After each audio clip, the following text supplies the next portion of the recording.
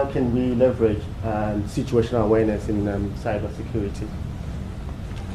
The idea is we already know what we're doing in cybersecurity is about protection of valued assets within the organization, driven by business strategy.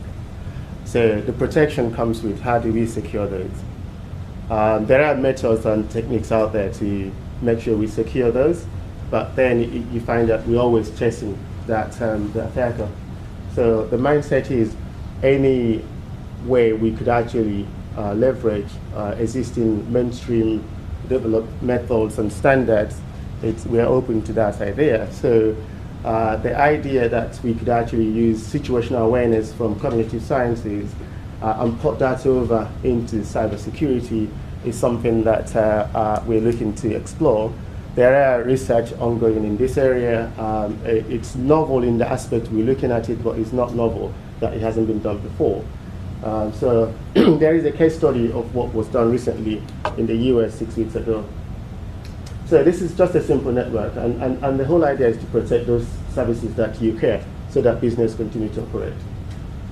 So the challenge is, as the networks expand, there are different things, the landscape expands, Internet of Things. So your fridge can have an IP address and is already on the internet.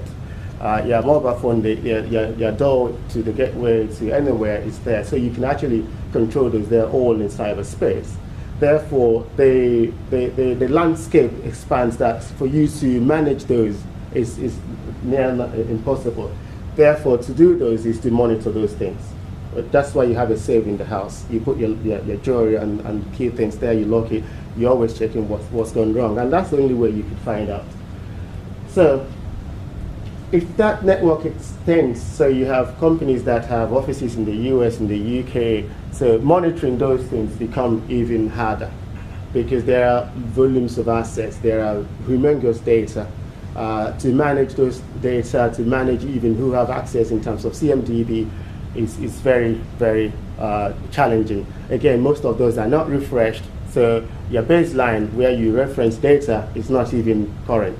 So it brings its own challenge. Again, some of these things you call devices that could be trusted may not be trusted because some of those are rogue devices and they could be a conduit for attack. Again, what about your insider, the people that work for you? They could well be a conduit for cohesion, for compromises, and for collusion. So this extends and expands what we currently see, and the idea that the Internet of Things, the way we talk, the communication, social media, being in that space, and also bring your own devices, it's more or less makes it very challenging. So the industry have come out saying, okay, you monitor everything. And academia are saying, okay, do the same thing. But then monitoring is not a silver bullet. So you have not got infinite amounts of budget to do the things you want to do. There are controls in terms of how much any organization is ready to put. So even with banks, there are risk tolerance and there is also risk appetite. So there's always a let go in certain areas. So what we're looking to do is how can then we make this monitoring efficient? How can we make it better so that we can respond swiftly to the attacks that are there or security breaches that definitely will occur? So we're looking to have a re-engineering of the technologies that we rely on. Some of the technologies we still use are 10 years old. So they're legacy and they were not designed based on today's issues. So we're always playing a catch-up. So the new dimension we're looking at is technology-inspired, situational-aware technologies, architectures that can help us, give us those cues and prompts that we then need to then use to explore that. Again, people and processes, which often is pushed down the stack. Without your people being trained, they may not understand the cues, the prompts. So you get the detection, but you do not know what to do to follow up. And if you extend that time, you extend the window of opportunity for the attacker to do that, cleanse up and go. So you have nothing as even evidence to prove.